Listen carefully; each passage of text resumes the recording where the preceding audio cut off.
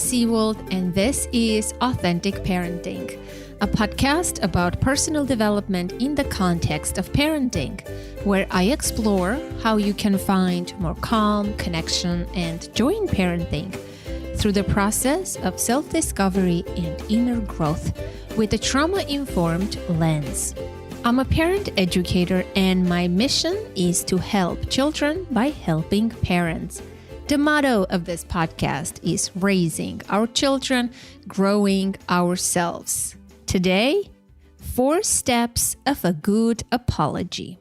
If you've been listening to the recent episodes in succession, you might have noticed an overarching theme.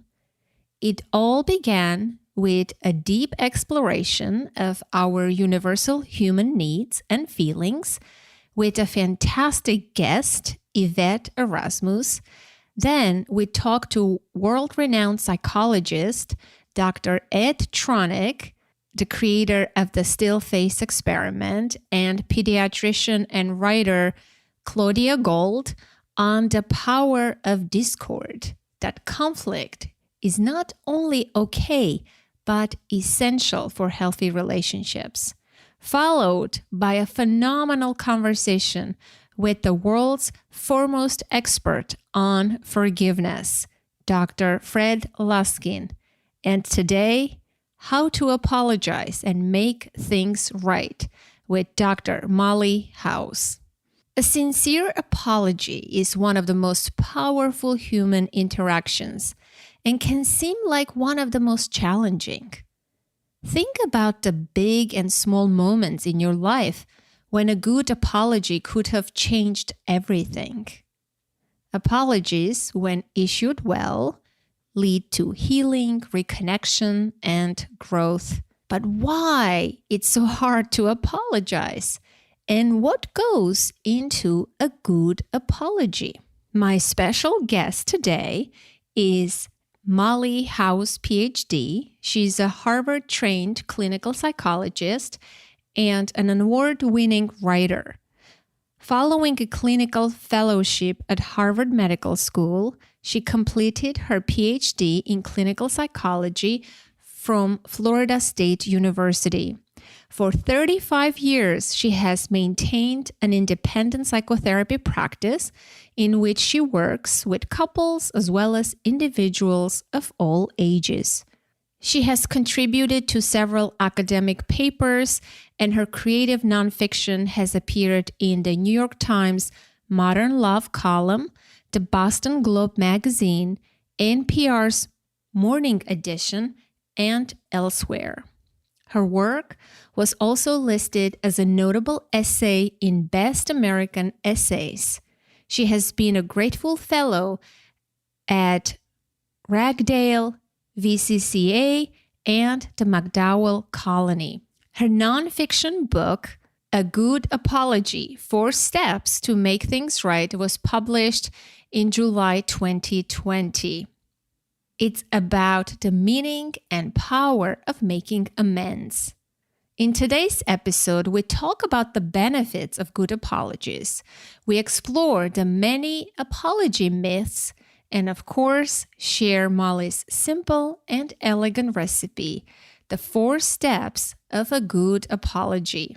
This will blow your mind, as well as public apologies, bad apologies, choices for the hurt person, and when not to apologize.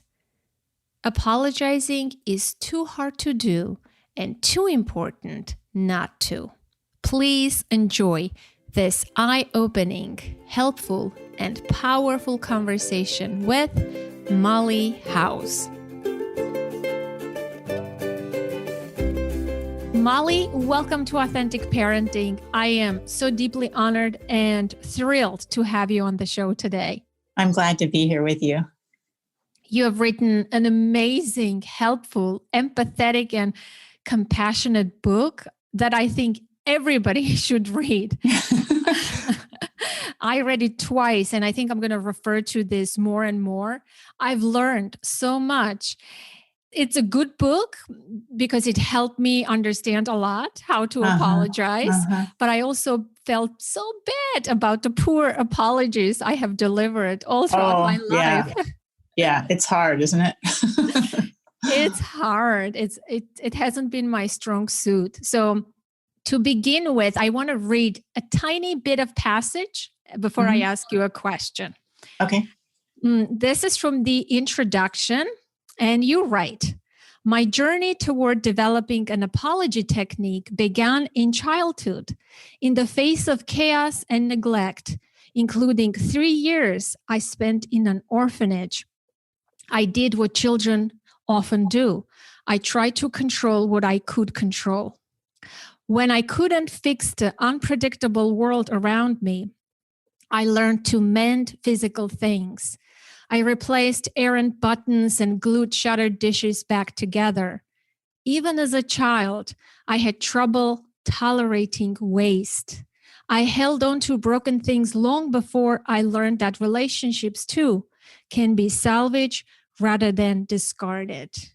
Wow, so powerful. Mm-hmm. I am very moved by this passage. Of course, you don't write about your life, right, in this book extensively. Mm-hmm. And I would love to know all the details of your childhood and your life. And I know you have written a memoir about that. Is that right? I have. It hasn't been published, though.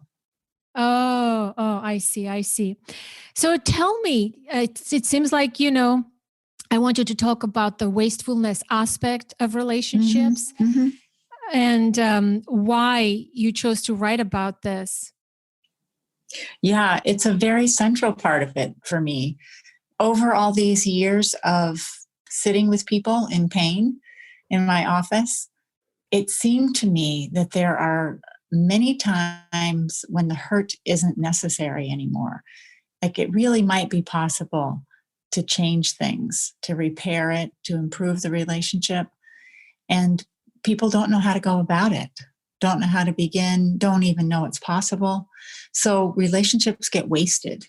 It seems really wasteful to me to lose a relationship or to lose a good relationship and have it become a bad relationship when it really might be possible to actually fix it and improve it. Yes, I so agree with you. When I read that, I immediately went back to my childhood. My maternal grandmother and my uncle, who lived next door to each other, mother and son. They didn't speak to one another for years as a grandchild. Yeah. I've witnessed that, and I always wondered, like, why a mother and a son would not talk to one another. Like, what happened between them? That my grandma is this wonderful human being, and my uncle too. I love them dearly, both. My grandmother lived until 90. And they never spoke a word. They always even spoke badly about one another. I wish I could go now and ask them questions, but hurt lingers and unfortunately destroys relationships. It does. It does. And so a lot is lost, not just their connection with each other, but your connection with the two of them. The fabric of the family gets torn, right? Right. And what we learn, like you write in your book, why it's so hard to apologize. Yeah. Right? Why is it so difficult for many of us? What gets in the way? I would love for you to discuss this a little bit. Okay. The cultural messages that we receive, the not modeling, not having this education, the skills. Right. I think there are three main impediments. One is that lack of modeling. We're not taught how to do it, and we don't teach our children how to do it. And so we don't really know what would make a good apology. We don't witness good apologies in public or in our private lives. So most of us are just ignorant about it. And that's not anybody's fault. It's just the way it is. And another reason is this cultural climate that you're referring to, where the model of an ideal adult is someone who's independent and super confident and not doubting oneself and not being curious or humble or open to considering one's impact on another person. And that does not lend itself to inquiring and finding out if you've hurt someone. Some people call that a masculine model. And indeed, I think it is harder for men to overcome that model. It's not impossible, but it's harder. But it applies to everyone in the Western cultures at large. And then the third reason, or maybe it's the first reason, should be the first reason, is that our brains are wired to be efficient.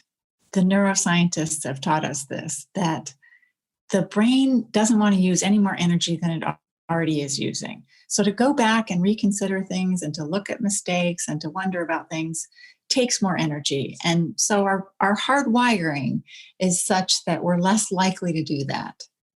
We have lots of cognitive biases that prevent us from really seeing and knowing what's happening and being rational about it. Cognitive dissonance, confirmation bias, and we have perceptual problems.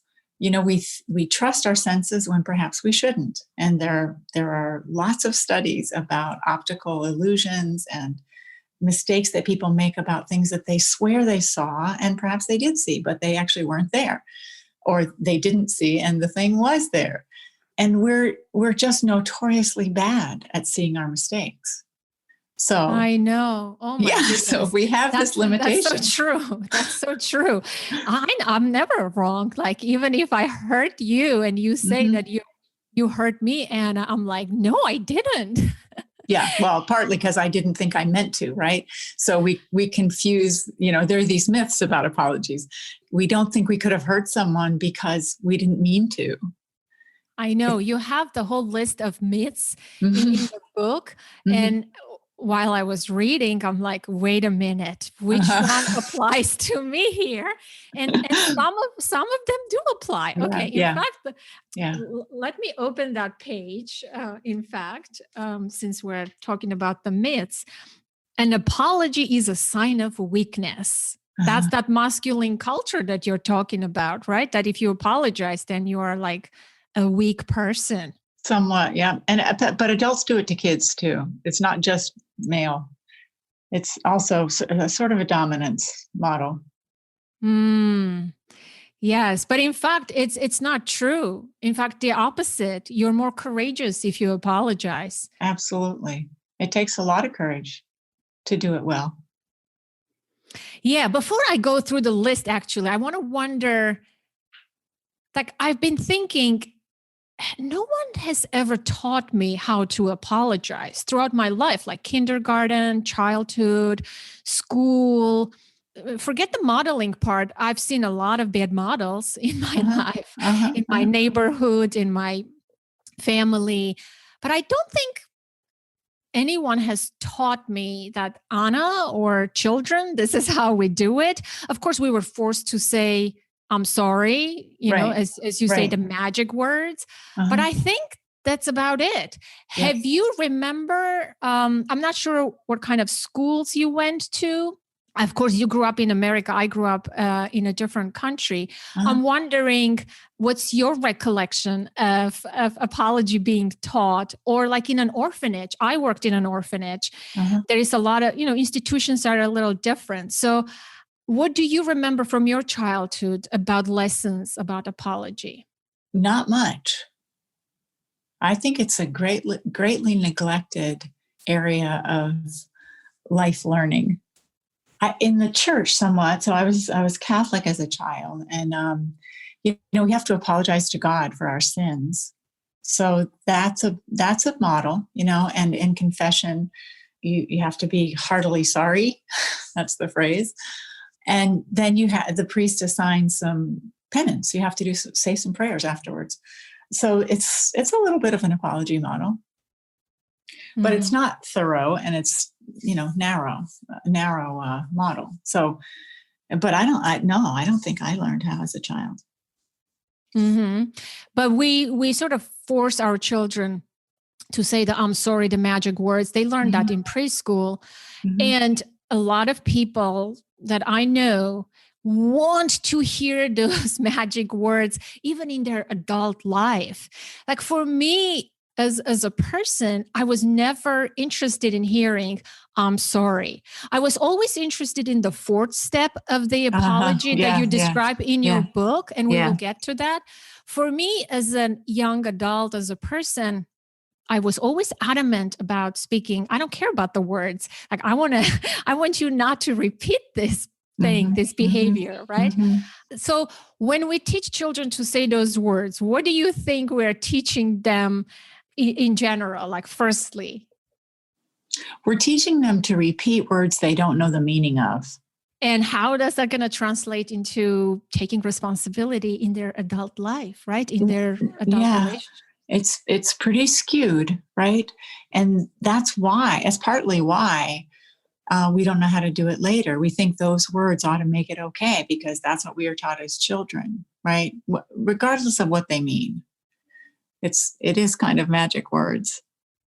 Yes. But yes. almost we're teaching them to lie, say this formula rather than think about how you really feel or what you really mean or how this has affected the other person.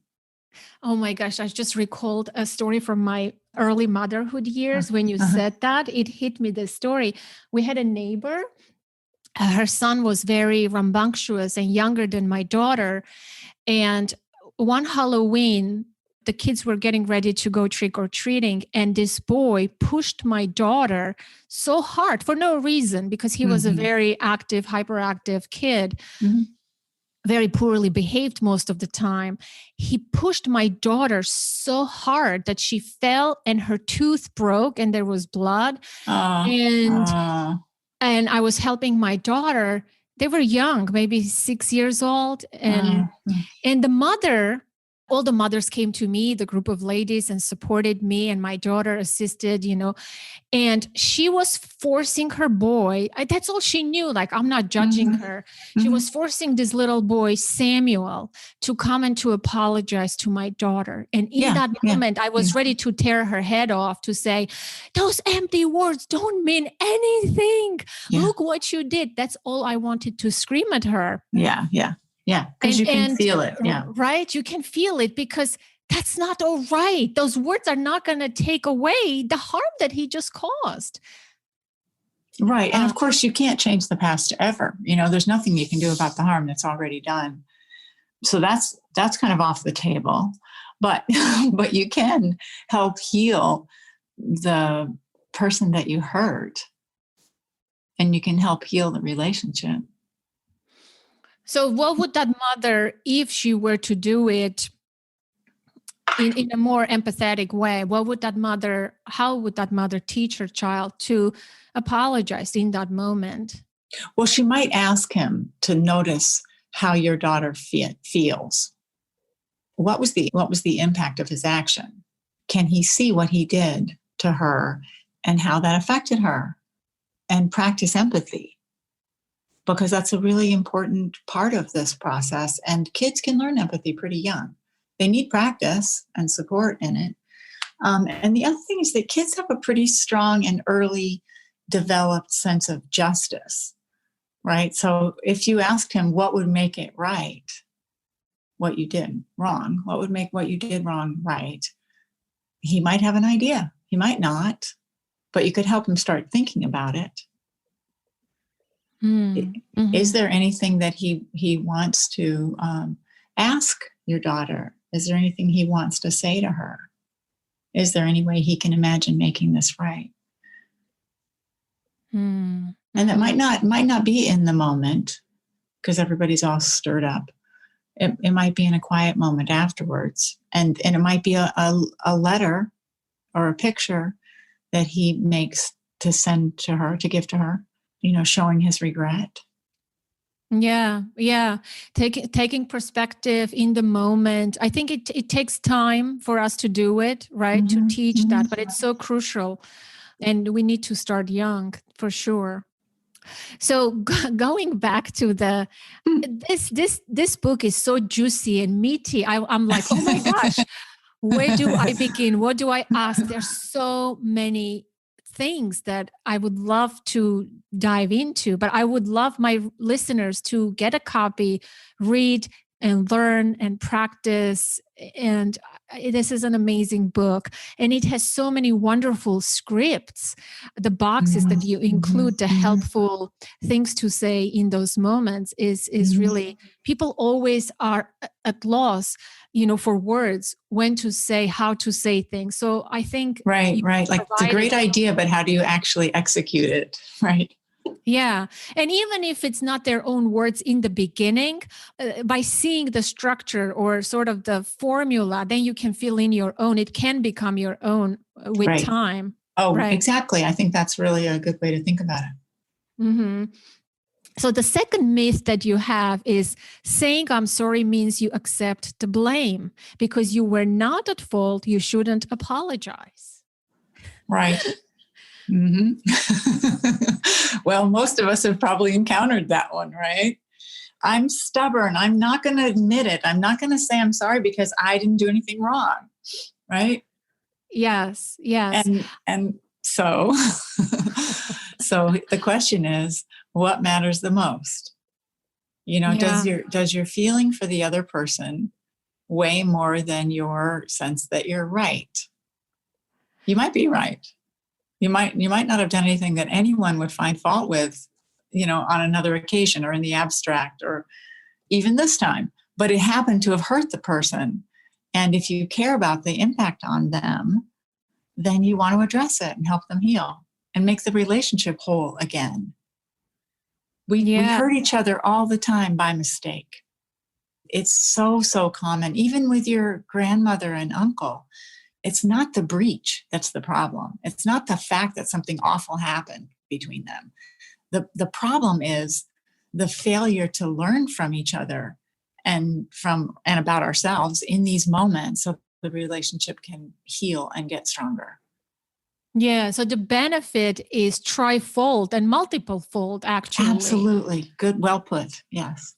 Yeah. You're not apologizing to clear your conscience or to make amends only. You're doing it for yourself, for the other party, for the relationship, for the community sometimes, for the whole family. I think and if you can see it, for peace on earth. I think if that's not too woo-woo or Pollyanna.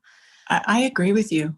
I think the world would really be a better place if we could all learn how to do this. Yeah. Well, number 4, I'm not going to read all the myths. Okay. Because I want the listener to get the book and check them out for themselves. But number 4 is my weakest point, which is if you didn't intend to hurt someone, they aren't hurt. Yeah. Ouch. Yeah. I know. Yeah. And in fact, impact is really distinct from intention. They're just quite different. And this comes up a lot in social justice settings, right? Well-intentioned people often make mistakes and hurt other people and claim that they didn't hurt them because they meant well. And it's largely in those situations because the person hasn't inquired enough. So if you inquire more, you'll learn, why was that harmful? Why did that hurt someone? Oh gosh, I didn't mean that. Okay, you didn't mean it, but you did hurt someone. So where do you go next? It's not the end of the story because you hurt someone. It's not the end of the story because you had an impact that you didn't anticipate. And people get kind of shameful about it or defensive or resistant. Blame it on the other person. They're oversensitive. I've done that. And a friend who I've called oversensitive, if he is listening, I apologize sincerely. I have done that's so great. But I know that's not enough. Saying I'm sorry is not enough.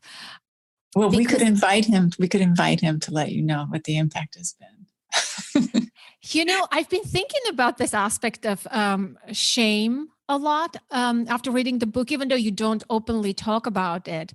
Do you think it's hard for us to admit that we hurt another person because it brings up a vulnerability that I'm not a good person therefore, right?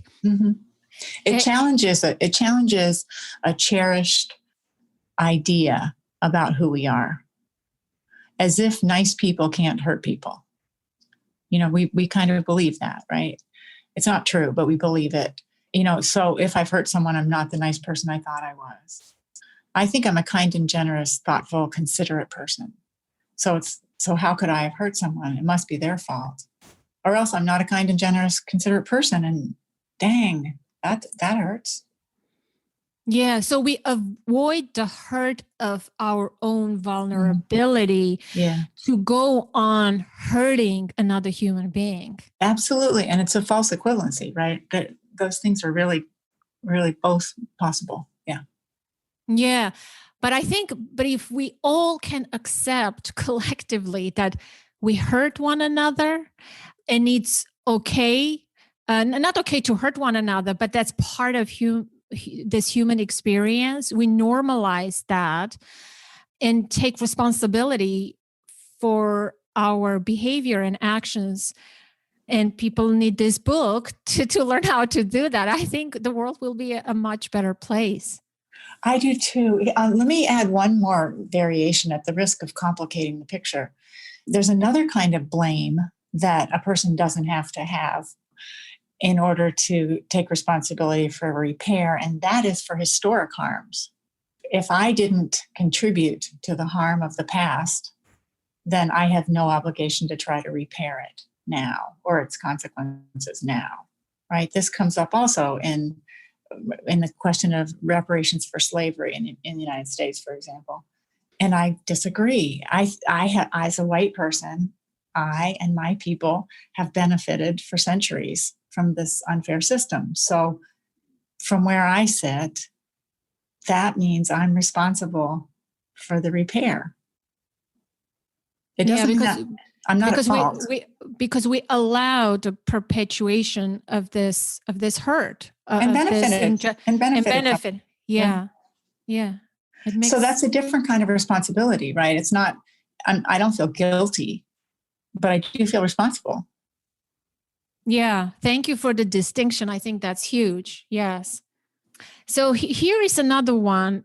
Good relationships don't need apologies. Love means never having to say you're sorry. Yeah. What's your favorite myth? If you have one. It might be the weakness one, because I've witnessed such courage, and it's a moral challenge sometimes, but it's a relationship challenge and an intrapersonal challenge to face your regrets, to face the impact of your actions, to be brave enough, clear-eyed enough to address your failings. It takes so much courage. Yeah. So that brings me to the 4 steps of how to apologize. Yeah. And I'm assuming you have done a lot of reading, research to just present it in such a short, concise 4-step way, because as a creative person, I know what it goes into creating, digesting something difficult and presenting in a very simple way. So it makes total sense, and it's elegant in its simplicity. So I would love for you to just list the 4 steps, and let's dive into the first step, which is, I think, the hardest one. I do too. And for the same reason as I just was talking about, with the courage that it takes. The first step is not saying anything. It's listening. It's learning about the impact on the other person.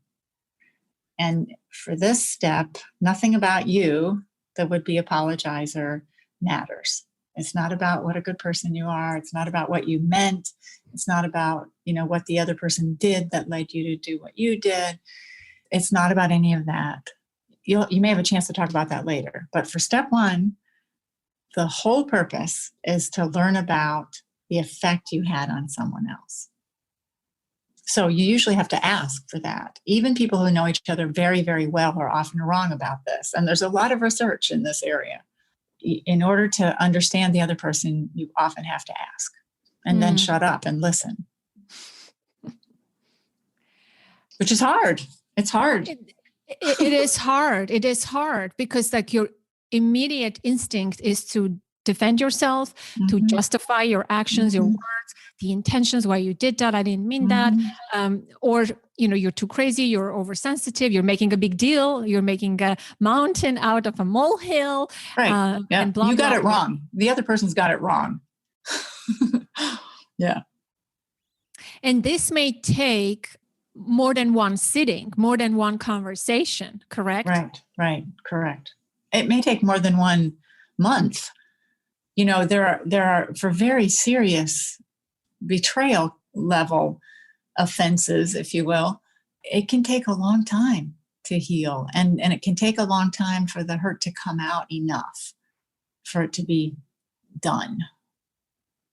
And sometimes people have a delayed way of bringing up stuff in a relationship, right?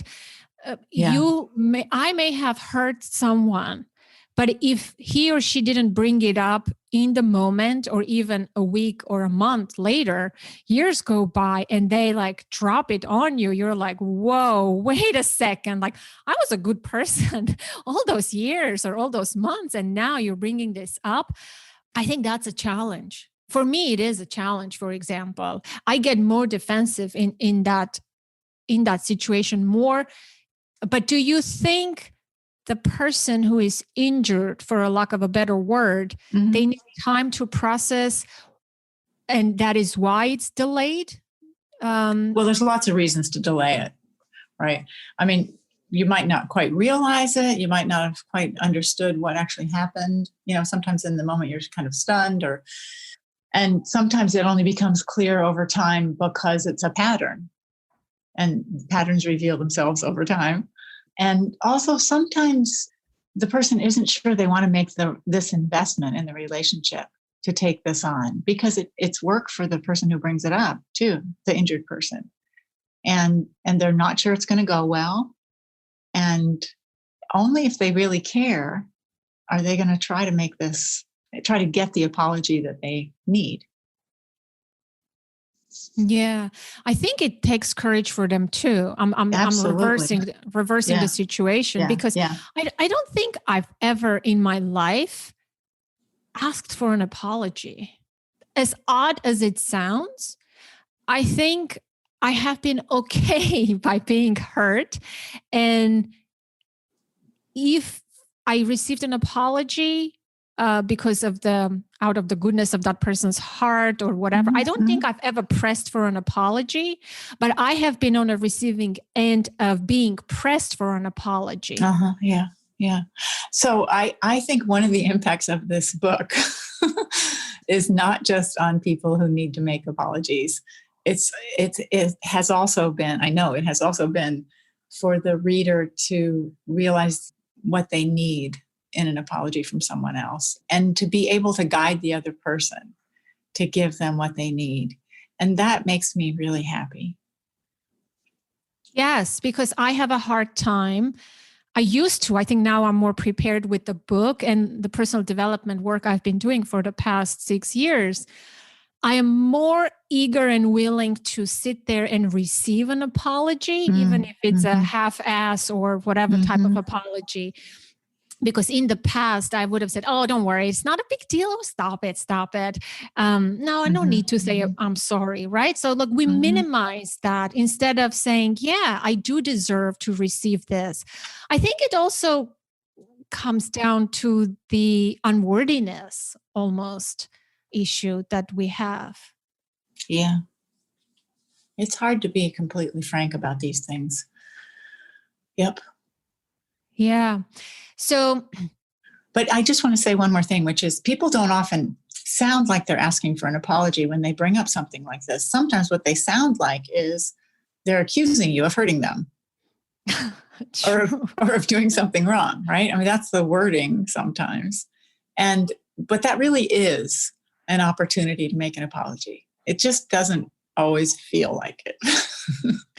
Yeah. So, and I was going to ask you then, how can I ask in a kind manner for an apology that I deserve? The person may not deliver the apology, but how can I develop the courage or the language not to hurt them because they hurt me, right?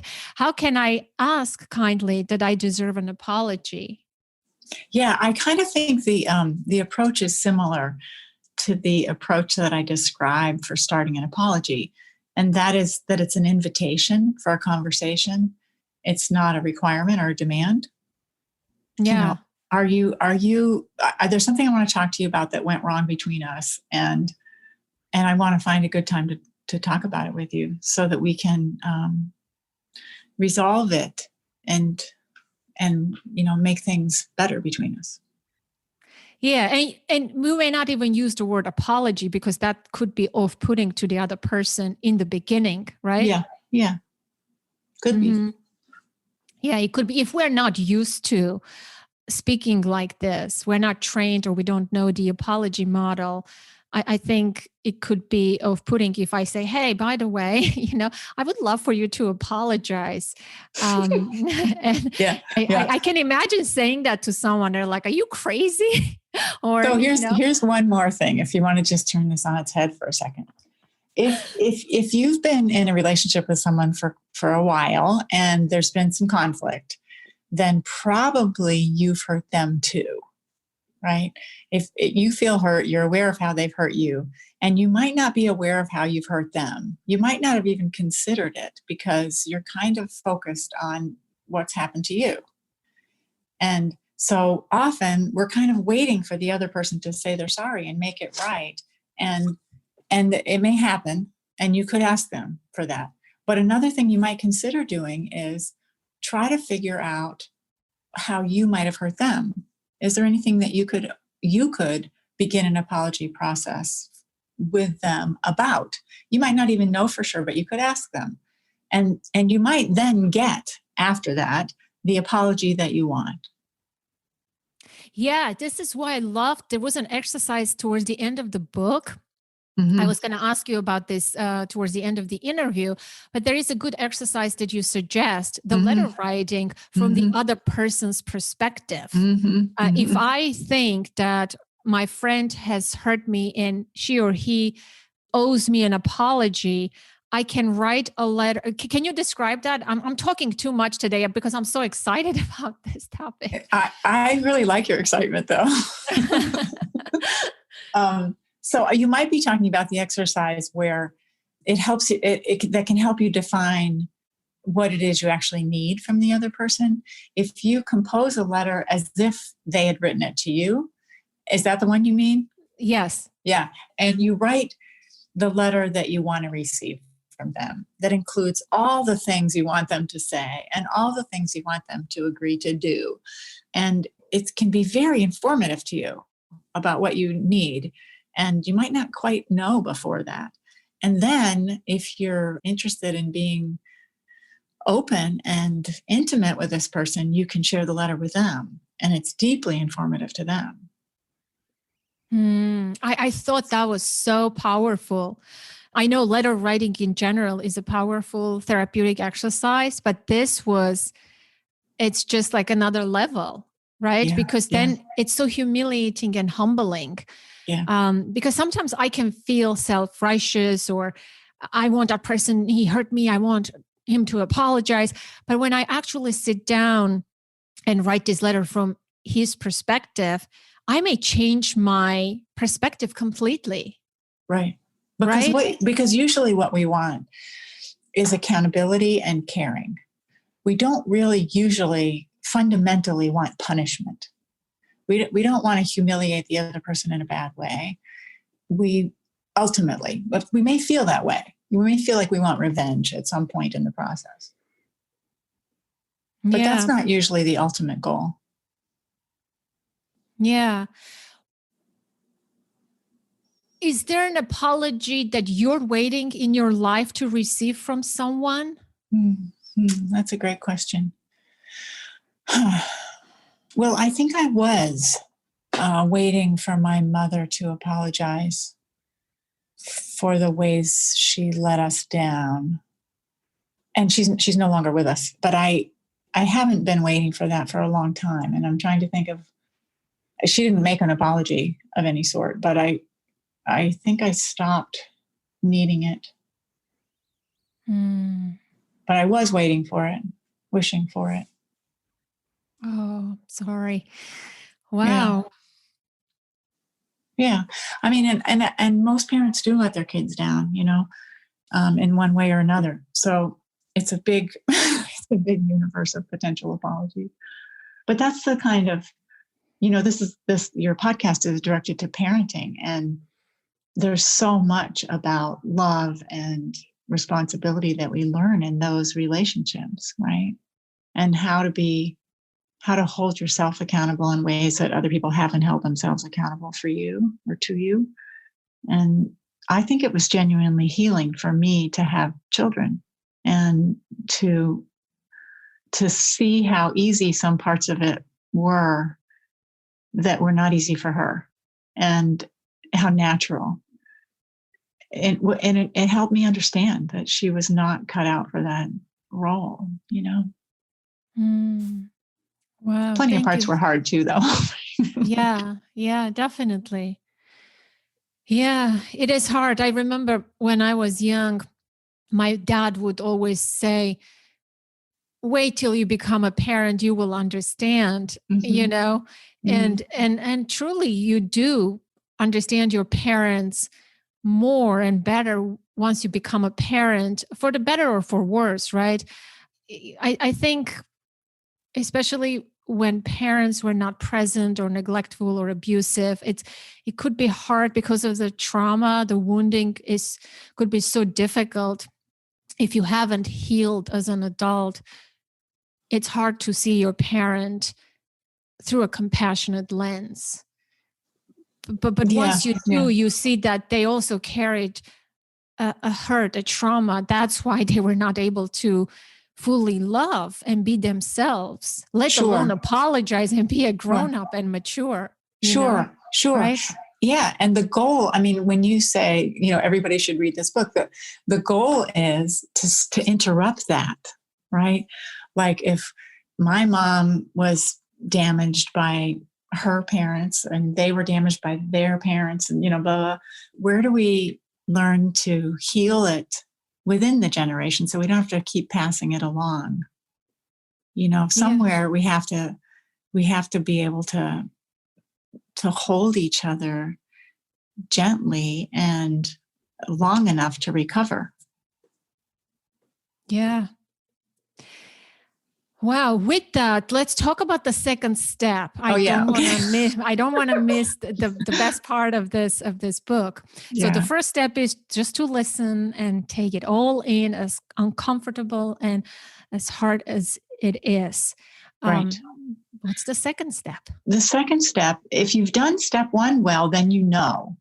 And when you know, if it's someone that you care about, automatically you'll feel empathy and compassion and caring for them. And that has a great way of melting your defenses because you care about them and you don't want to see them hurt. So what follows naturally is a statement that's sincere, in which you express your regret, responsibility, and empathy. This is like saying, I'm sorry. You don't have to use those words, but they might be in there. But it's simple, I am so incredibly sorry I hurt you. I can see that I hurt you now, and I'm so sorry. Is very powerful. And it's really different from saying, well, I am sorry, but, or I already said I'm sorry. So what do it's very different from that. A sincere, simple, direct, statement is step two. Yeah, I think there are many bad ways of apologizing, and not now that we have the model, now that you've written the book, I think we've all known how to poorly apologize for things and make it about the other person. I've certainly done it many times. I'm sorry that you feel hurt. Ouch, that's not an apology. Exactly. Yeah. I'm sorry if something I did happened to have had an effect on you. Yeah. Yeah. Okay, so that's the second step. I Right. think once you allow yourself to hear fully, you would know the extent to which you hurt them, and you would know Yeah. how you've hurt them, right? Yeah. Because like in the beginning, I don't know. I'm in a position of I didn't mean to hurt you, like you're oversensitive. But if I hear, I will learn something. And Yeah. so I think the second part comes naturally Mm-hmm. for us to just validate and empathize with the thing that the person brings up. Right. Right. Mm-hmm. And sometimes there's more than one part, so you have to hear more than one part. But yeah. Mm-hmm. So what would there be more? Can you say more about that? Oh, like if there was an impact that wasn't apparent right away. I know that I forgot your important occasion and didn't show up for it. And I'm sorry that I let you down about that. But it turns out also that there was another effect of that. Like there was somebody important there that person wanted you to meet, or there was some occasion afterwards at which they were depending on your presence to sort of make them feel more comfortable or protect them from something or whatever. There's a lot of other things that might have been consequences that you might not know about, even if you do know that you let them down about one thing. Mm-hmm. So just more than one thing. Yeah. Okay. So the third step. The third step is to make the wrong right. And that is restitution. In a court of law, we usually think about that as making the other party whole financially, so returning them to their previous state. But in relationships, it's not usually material or not wholly material. Sometimes it's symbolic material or replacing an object that was lost or damaged.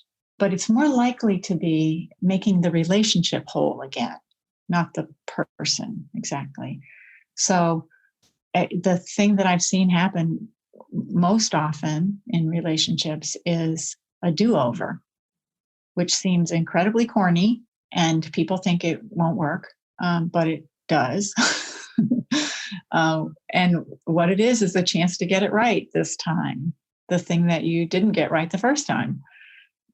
My friend likes to tell a story about the time that her husband was really grumpy one day after work, and she was irritated with him for being so grumpy, and everybody was kind of in a bad mood. And in the middle of the night, she woke up and realized that it had been his birthday and everyone had forgotten it, which of course she felt bad about. But what she did was she organized a whole series, a week's worth of dad days. And she and the kids, made him little presents and prepared his favorite foods and gave him a card every morning. And he talks about that as his favorite birthday ever. So the hurt mattered to them, and it mattered to them enough to make sure that he knew how much they loved him. And so that's the part that he remembers in his heart, Yeah. Yeah. I mean, I can go on and ask you different scenarios, but I think this is very clear. How about the fourth step? I think the fourth step is hard too. I think the first and fourth step are the hardest one. Right. And the fourth step is to prevent the hurt from happening again.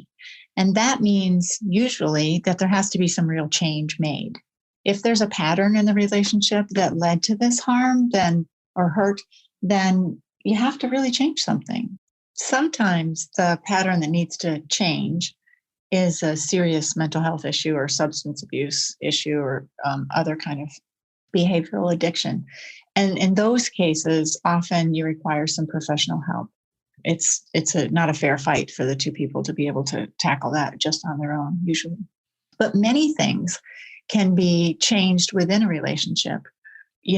Communication patterns, timing patterns, sharing of responsibility for things, even administrative syncing of calendars makes a difference for repeated disappointments.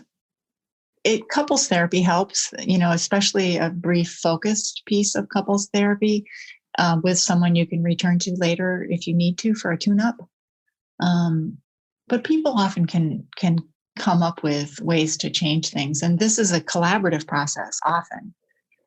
It's not up to the hurt person to determine it, but it ought to be something that will satisfy that person.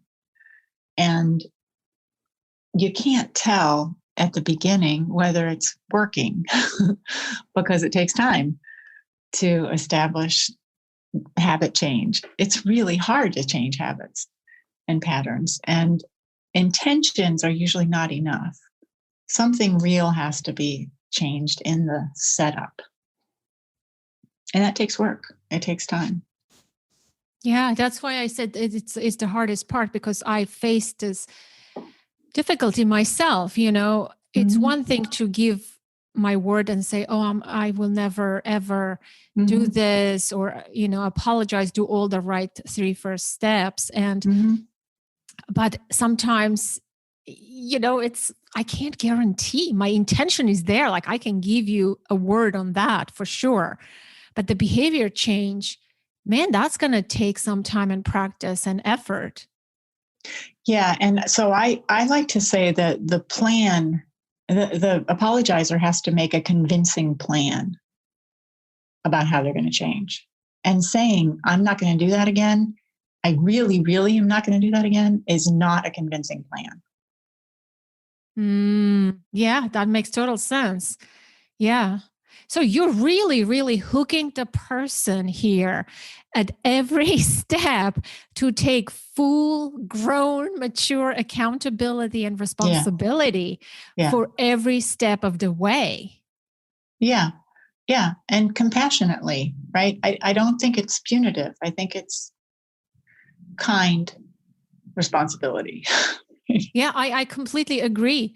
The older I get, the more I am witnessing this topic of taking personal responsibilities, like slapping on my face that this is an important topic that our society lacks. Everybody is stuck in victim stance and victimhood, and it's so easy to blame others for your misery and for your suffering, point fingers and complain and whine and do all those things, as opposed to taking a responsible act, right? Or even if you are wrong, the sort of in the public arenas, someone might be wrong, but that does not mean that they're evil and can never fix it. I think the compassion is an important part of it too, to taking real accountability and repairing things. Yeah, that's why I love the book. It's very positive, hopeful, and doable. It normalizes things. It teaches. It's very helpful. It doesn't just talk about the issue or the importance of it. It gives you really like practical step-by-steps to actually, with the scripts, to do it. If you develop the courage, the authenticity, and the vulnerability, to do so, it's like, this is a growth-oriented work. And if you care about the relationship that you're trying to repair more than you care about covering your ass. Well said. Well said. Well, there is a chapter in the book that is titled "When Not to Apologize." I'm wondering if you can speak about some of the points in that chapter. Well, one big time not to is if you don't mean it. If someone's requiring you to say something that you don't mean, I think it's a bad idea. Sometimes, maybe you have to, but if you can avoid it, I think it's a mistake. Another one is if the person has asked you not to be in touch with them, connected to the hurt, you really ought to leave them alone. That's not fair, I think. Yeah, you don't want to harass them and chase them because you want to feel good, clear your conscience and apologize when it's for your own benefit, really. Right. Right? Right. I think the last one item on that list is if you never do anything wrong, if you never make a mistake. And of course, that's a joke because everybody does. But literally, some people do believe that they do not make mistakes. Yeah. Or they believe everybody makes mistakes, but not in this moment, or not me, or not under these circumstances, Our former president, I don't want to get political, but I think he was like that, wasn't he? Yes, sure. And lots of people have recommended we send him some. Oh boy, I think it's too late. That train has left. Yeah, probably. But almost everyone, maybe not him, but almost everyone can learn to do this. It's completely common sense and accessible. It doesn't mean it's easy, but it's not mysterious.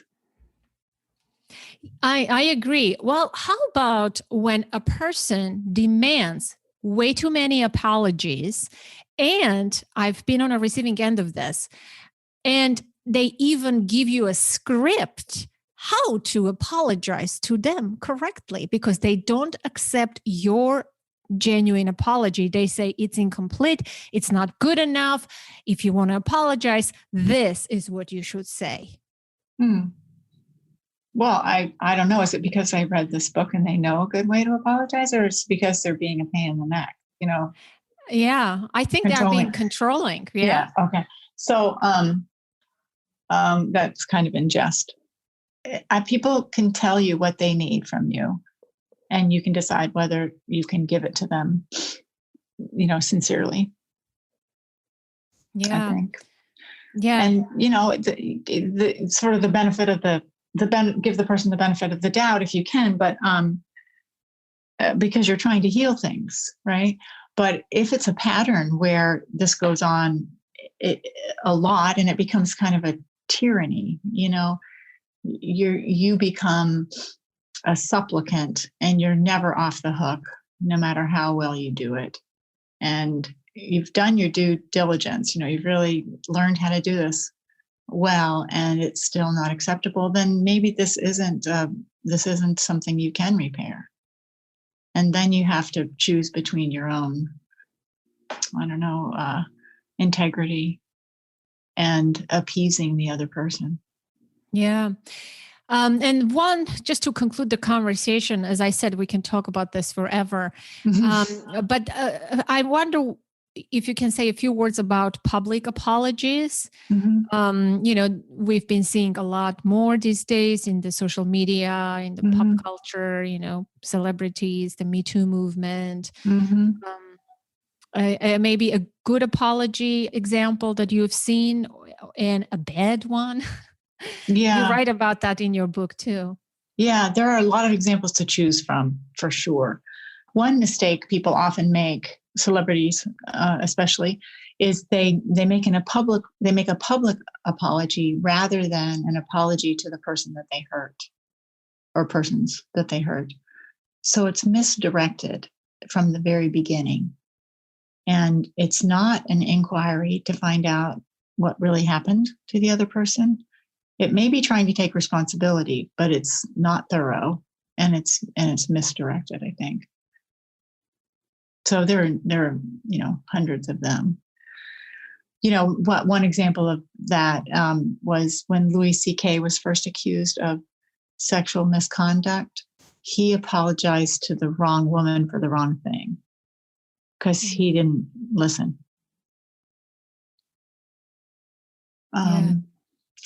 So a person who's demonstrated good apologies, a thorough, sincere seeming apologies, you can't really tell about public people, is Justin Trudeau, the Canadian Prime Minister.